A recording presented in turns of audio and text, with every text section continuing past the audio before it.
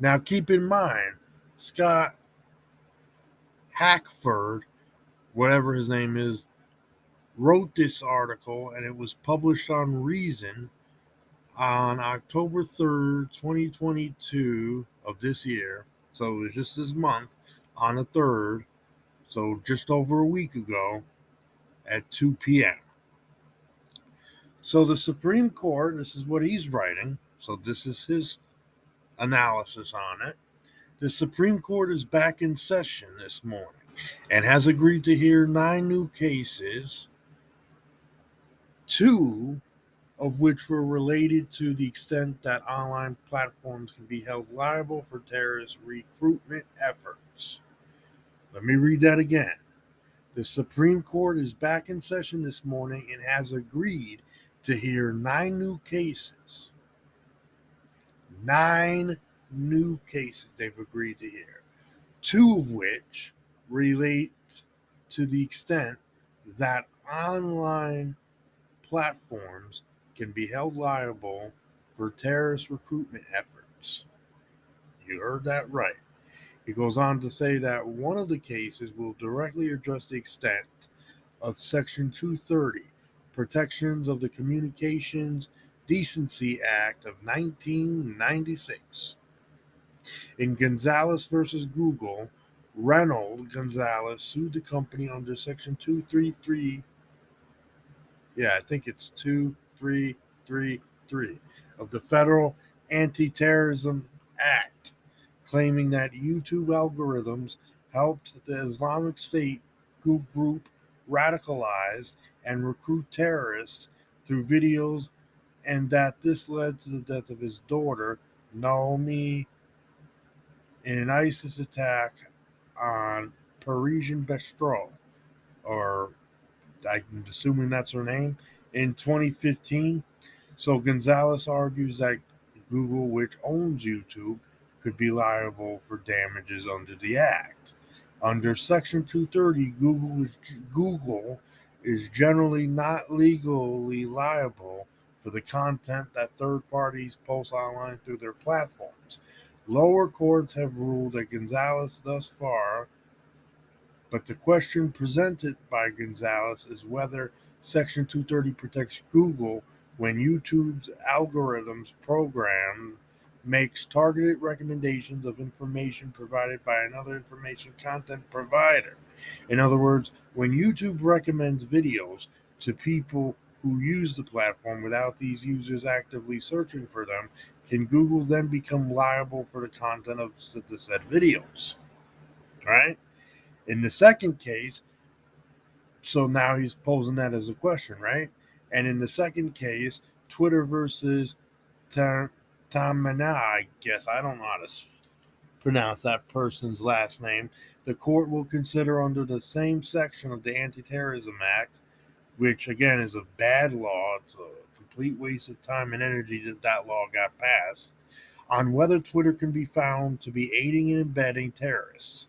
And as with the least last case, be held liable for damages in civil court because its service is used by terrorists, even though Twitter forbids such use and actively removes accounts of terrorism when they're found. The plaintiffs in this case are related relatives of Nara some name I can't pronounce, who was killed in a terrorist attack by ISIS at a nightclub in Istanbul, Turkey in 2017.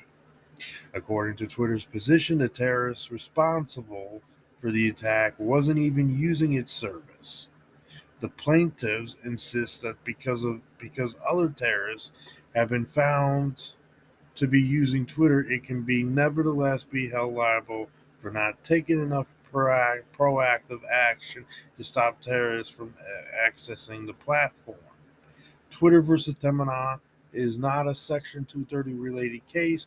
On the surface, Twitter tried unsuccessfully to invoke its protections, I should say. Correction, that is. The U.S. Ninth Circuit Court of Appeals ruled in January on both Google and Twitter cases in the same decision. That court decided that Google was shielded from Section 230, but that Twitter could be held financially liable for terrorists using its platforms, even if the actual terrorist involved wasn't using Twitter. This decision linked the two cases together, which can explain why the court took up both of them. Some media coverage of the Supreme Court granting the case today notes that Justice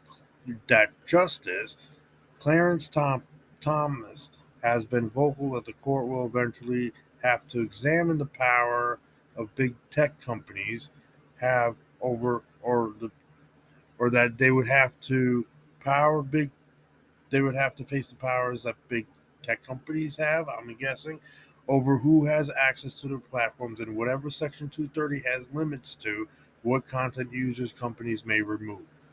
It doesn't seem like these are necessarily the types of cases Thomas meant, though the rulings may be significant.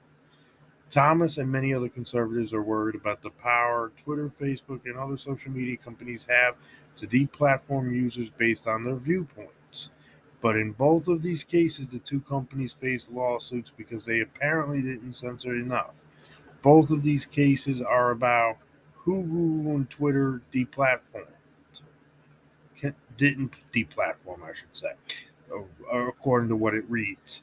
Section 230 helps protect online speech. If Google loses its case, the problem the probable outcome will be a significant reduction of video recommendations on YouTube, making it harder for people to find videos related to what they're viewing and harder for their content providers to reach viewers. If Twitter loses its case, it will most likely be a result in even more account bans and at even the slightest suggestions of anything violent or inappropriate. so basically, what?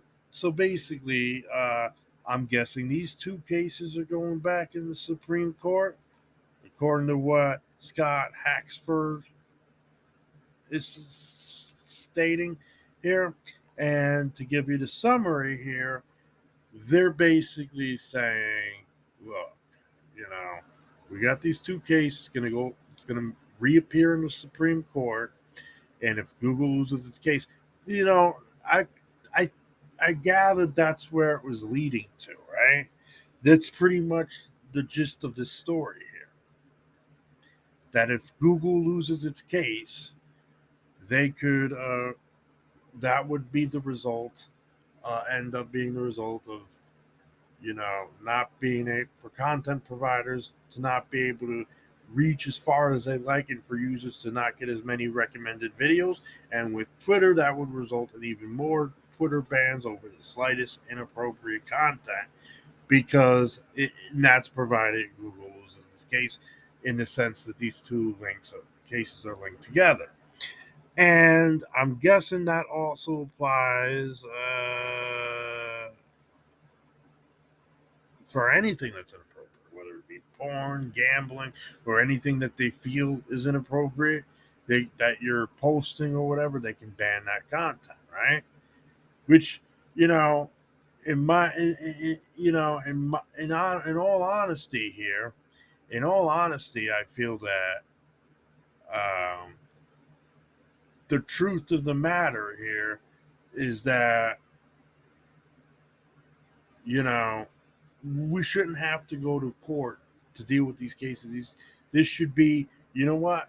Let the people decide. Let these companies run themselves the way they feel appropriate and decide for themselves who they want to associate with and who they want to allow or disallow on their platforms, right? It's their company. They can do whatever they want. I've made that argument before, and I've made it rather clear on that front, right? On many of you know, on many of my videos and many of my posts on Facebook, YouTube, what have you. So I thought this video was interesting, right? I really did think it was interesting because it just goes to show you